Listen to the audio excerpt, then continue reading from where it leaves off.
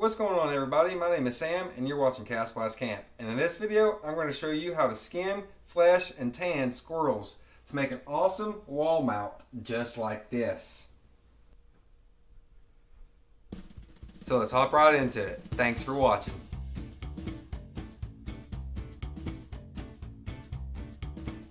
So the first step is to remove all 4 feet. The easiest way I found to do this is with scissors.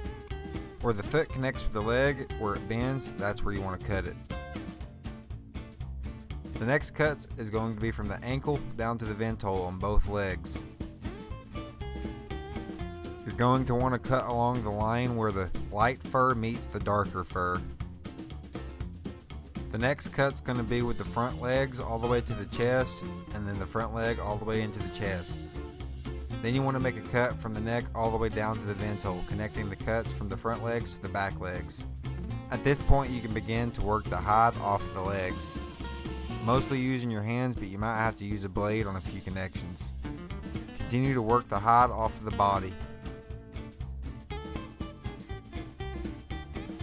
If you have harvested a male squirrel, this will be the time to remove his members.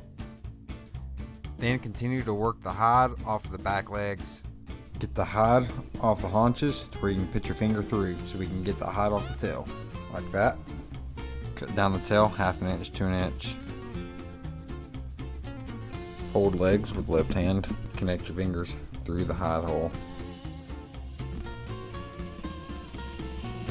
Now move that to the tail. You will want to be careful just to pull a little bit of the tail off at a time or it can tear. Nope, it's tearing. So a small tear is forming in the tail, but I'm not giving up. I use the X-Acto blade to help free it up some, and I'm going to try to pull it off the rest of the way.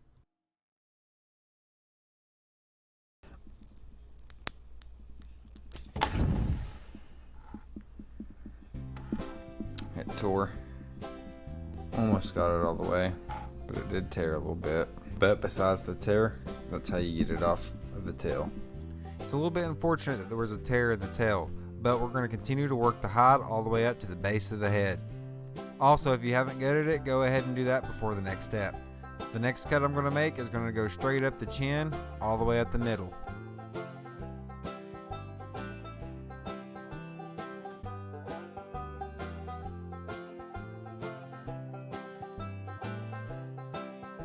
Now that the chin cut's been completely made, the next cut that we're going to do is going to be around the ears. We're going to pull the hide to the base of the ears and then use the X-Acto knife to cut down into the ear where it connects into the skull and then cut through it. And then do the same thing to the other ear as well.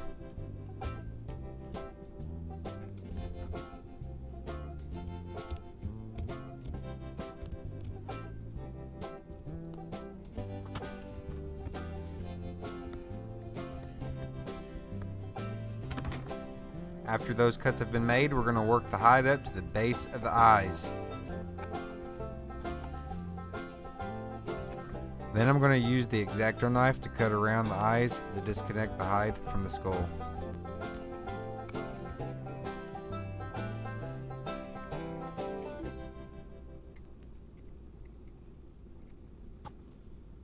Same thing to the other eye cut. And of course, if you do it on one side, you're going to do it on the other. After you've made your eye cuts, just continue to cut the membrane all the way down to the nose and disconnect the hide fully off of the skeleton.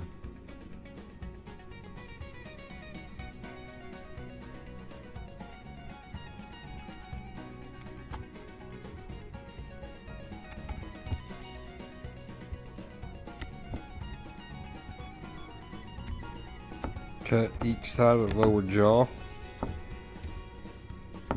Free up the hide from it. The hide is going to be connected around the jaws and the nose. Just continue to cut through the membrane and it will come off.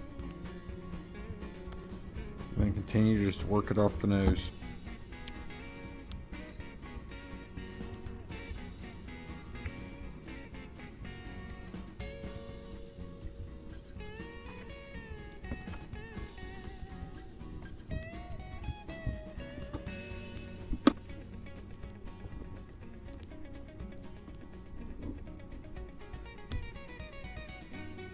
pull it all all the way down, off to the nose. That's how you do the tail and head. Tail's cased, now we're going to try to cut it open. It did rip a little bit, but we're going to try our best. So right here I'm just taking a cheap bamboo skewer and putting it through the cased tail. This is going to help give a backbone to the knife blade to help cut one layer of skin and not go through both layers. You only want to cut the underside of the tail open, not both layers of the skin. Try to go slow and be even as possible. You want this to look good when you hang it up on your wall.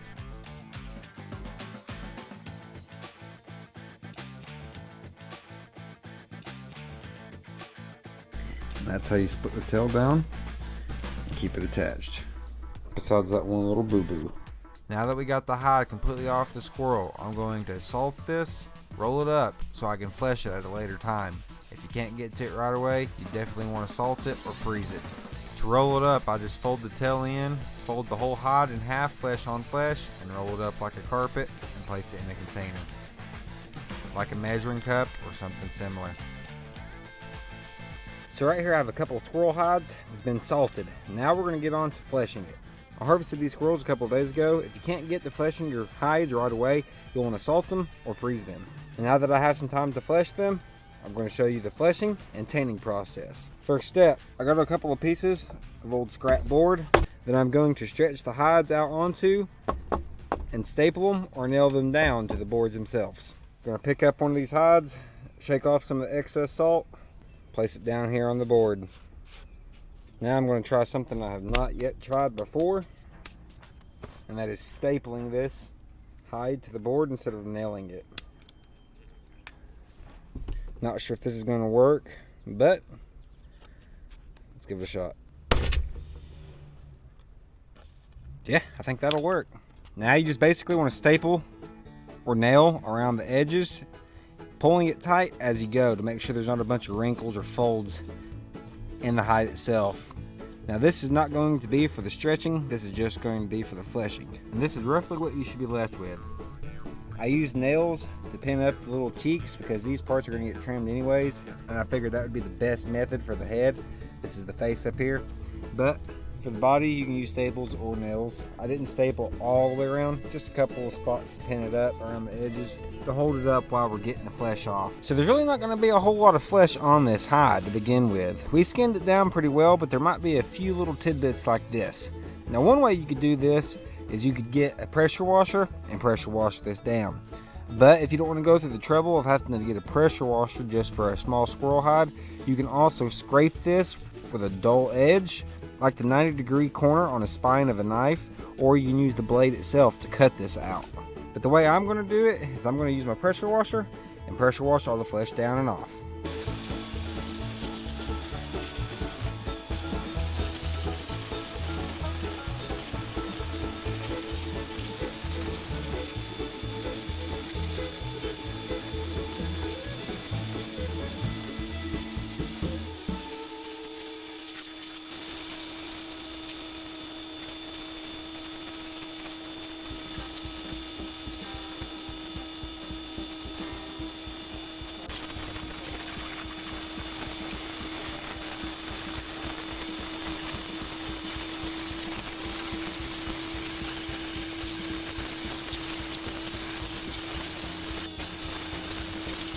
So after you get done fleshing your squirrel hide, it should basically look pretty much like this. You want to get anything that's meaty off, as well as much of the white membrane as you can. So after we have them fleshed, we're going to unpin them or unnail them.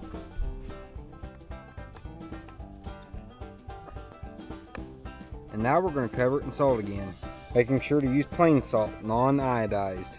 Then rub it in and work it into the full hide, edge to edge. Make sure to work it into the ears and the eyes and the nose area. Don't be shy on the salt. It's cheap too. You can get it for about 70 cents a container. Once we have the whole thing covered in salt, we're going to fold the tail in first and then fold the hide in half, flesh on flesh. And then we're going to roll it up. Do the same to the other hide over here. And put it back in the container with a false bottom on it to keep the hides raised up out of the liquid that's going to drain over the next 24 hours. Now I'm going to do the same thing to the other hide and then show you the next step. After 24 hours, we're going to take the squirrel hides out, scrape off and shake off the excess salt, put a new layer of salt on it, roll it back up, and put it in here for another 24 hours. After it's been sitting for another 24 hours, we're going to weigh out a 1/4 pound of salt.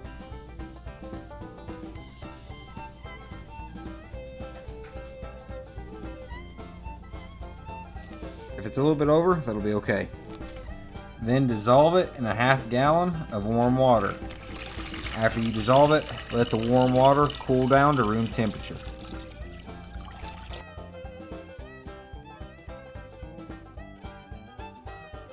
One trick to help cool down your water is you can get an ice pack and move it around in the water to help cool it down quicker.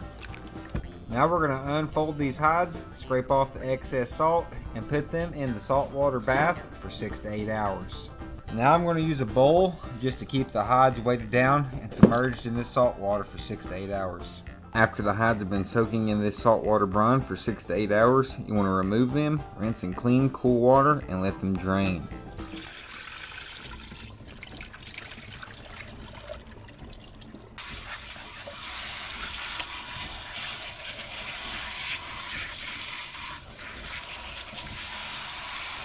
Also, another trick to get these to dry out even quicker is to put them in between 2 cloths and pat them dry. If you already got your hides nice and clean and got all the flesh and membrane off, you don't even have to drain this. You can skip the draining step and go on to the next step, which is giving these a bath in some warm water with dish detergent. If you do not have all your flesh off, you want to let these drain until semi-dry, and then you want to remove the rest of the flesh with a scalpel or some sort of blade. You want to use warm water, but not hot. You can use Dawn or Ajax. Just make sure to wash any salt off and any grease. You can just use your hand to pick the hides up, work them around in the soap water, move them around a bit. Do it for a few minutes. After you've washed them off, you want to rinse them off and then drain them once again. Now rinse off the soap. After you've rinsed the soap off, hang them up to drain. After the hides have dried out to where they are semi-dry but still moist and flexible, we're going to warm up some of this hide tanning formula. And the way we're going to do that is get a pitcher of hot water out of the sink and then just place this in it for 30 minutes. After this is warmed up for 30 minutes, I'll show you the next step. So after it's been warming up in the hot water for 30 minutes, you want to shake it thoroughly. And then you're going to apply a layer on each hide on the flesh side.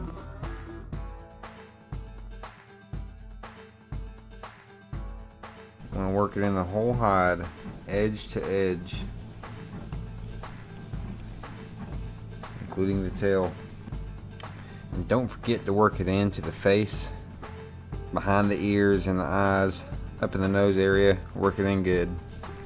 Doesn't matter if a little bit gets on the edge of the fur, because we can wash that out later. After you've thoroughly got it worked into the whole hide, we're going to fold the tail in, and then we're going to fold it in half, flesh on flesh, and leave it like this for 12 to 16 hours. Now I'm going to do the same thing to the other hide and show you all the next step. So after the 12 to 16 hour time period, we're going to unfold these hides. And now we're going to let these be exposed to open air and dry over the next 2 to 3 days. But as they dry, we're going to take the hides and hand stretch them in all directions until they're all soft and supple. We might also be using a piece of 2x4 to help stretch or work the hide over the edge or the corner, or something that's similar to this. Maybe even a few hand tools that are good for working the edges. As this is drying, it will change color from what it looks like now to a more darker color, sort of like what's on the edge right here. And as it's drying, you will want to hand stretch it, and you can see it change white. Did you see that little white bit right there? That's what it'll do to the whole hide. And then if there's still any stiff areas, we can slightly re-dampen those with a little bit of warm water, and then reapply a little bit more of the formula, and then repeat the last steps. So now I'm just going to let these sit here to exposed air and let them dry, and then come back to them ever so often and start stretching them by hand. As you can see, the color got dark, but as I stretched, that dark color turns to a nice light beige to a white color. That's what you want the whole hide to look like when you're done. Here I'm just using a spoon to help get the fibers stretched out and also help work the edges. This was actually a really handy tool that I used to stretch and break open the fibers on a lot of the hide, especially the edges and the tail. The tail is going to be the most delicate part of the hide, so be careful doing this part not to press down too hard or to pull too much on the tail, or it can snap, tear, or break. Now you just want to continue to work the hide. So now it has been a little over a day since these have been drying, and I've been hand stretching them, and I've been using a spoon to work the fibers of this hide as well. And now you can see it's turned to a nice white color. It's not completely done yet. It still needs to dry just another day or so. So what I'm going to do is I'm going to staple it down just like I've done with this hide. I'm going to do the other hide. This will keep it flat as it's drying the rest of the way, and it'll allow me to use the spoon to work the fibers the rest of the way loose in this hide. I'm going to be using these for wall hangers, so I want them to stay flat. I don't want them to be all wrinkly or crinkled up. I want them to be flat so they look nice and presentable when I flip them over and hang them up on the wall. So I've just basically went around the edge of the hide and just put staples in there, pulling it tight as I'm stapling it to try to keep it as flat and stretched tight as possible. Alright, we got this second hide stapled up nice and flat. Now we can work on it the rest of the way with the spoon and possibly some sandpaper as well to make this even more supple and soft. The spoon method is simple. You just press down, scrape from the inside of the hide out in all directions. This will help peel back any extra unwanted membrane that was left on the hide, and also help open up the fibers and stretch the hide, which in turn causes it to become more soft and supple. Also, you can use sandpaper. You can do it by hand, or if you have an orbital or an electric sander, you can use that as well. But if you do use an electric sander, be careful not to go too hard at your hide, because you can burn through your hide and cause holes or your hair to fall out. The thickest parts of your hide is going to be up on the shoulder areas on both legs, from the back legs to the front and along the spine. So that's the spots that you're going to really want to sand down the most and pay the most attention to. The thinner the hide is, the more soft and pliable it will be. The thicker the hide is, the more stiff and hard it will be. You can just use your hand, or you can put something hard inside of a piece of sandpaper to help out. Just like that, fold it up. You can go back and forth, but I like to do circles, little small circles. And just do a little bit at a time and then fill it and check it to make sure you're not going too deep into your hide. Alright, I'm going to continue to work this and let it dry out for the next few days and show you all the end product. So unfortunately the tail did snap as I was stretching it, but right here I'm going to show you how to repair it. I'm using scissors to cut off a small patch of fur from the hide that I'm going to super glue back to the tail. Also using baking soda as a hardener. Baking soda acts as a hardener and it quick dries and quick hardens super glue.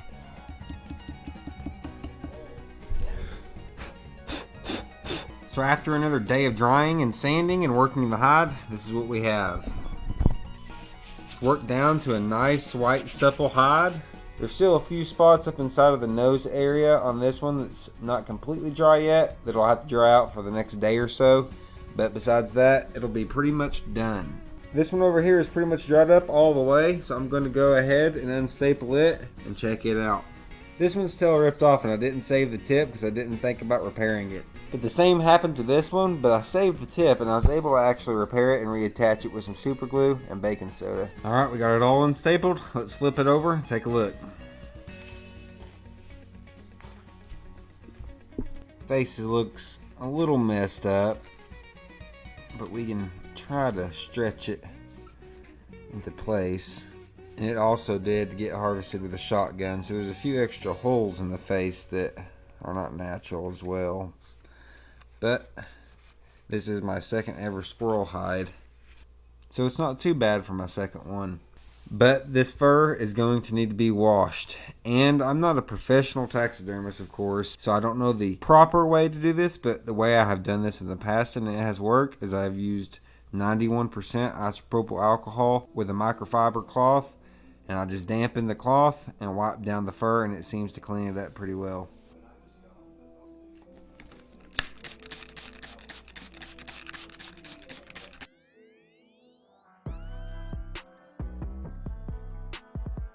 Okay, here is the third ever hide I've done. Let's flip it over now that I got it unstapled. It's got the full tail on there since I reconnected it. Unlike the second one here. So this one was my first ever squirrel hide that I've done. I made a few mistakes. Some of the fur started slipping in patches. I wasn't able to keep the head attached or the full tail intact, but this was my very first one. It's still a little stiff, a little crinkly, but not horrible, but not great either. Then this one is my second ever one. A pretty big upgrade from the first one. The head's still intact. The fur isn't slipping. A lot more soft and pliable on the hide side. But the tail still broke off and I wasn't able to keep the full tail intact. But still an upgrade and a better improvement from my first hide. The first hide I ended up trimming the edges as well. But on the second hide, I haven't trimmed the edges yet. I think I'm going to leave it like this. But I might end up trimming it later on in the future. And then my third hide. This one, the head is intact.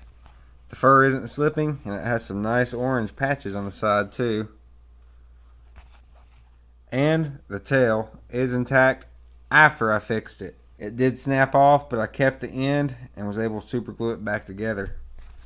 And this hide is a lot more soft and supple than that first one. It still needs to dry out for another day or so up around the nose and the eyes and the ears. But besides that, washing the fur off, cleaning the fur off a little bit, brushing it out, and possibly trimming the edges, but I think I might leave it like this. That's the final product. So from the first hide to the second hide to the third hide, I think we made pretty good progress and learned a few things along the way. From the first hide's fur slipping and the head not being connected, as well as the tail, to the second hide being able to keep the head intact, prevent the fur from slipping, but still wasn't able to get the whole tail. Then to the third hide that even looks better than the second one, keeping the head intact. No slipping fur, a very cool orange pattern on the side of this one. And I was able to keep the tail intact after mending the tip back on with some super glue. The first one I did trim the edges, but on these two, I think I'm just going to leave them untrimmed. I like the way they look like this.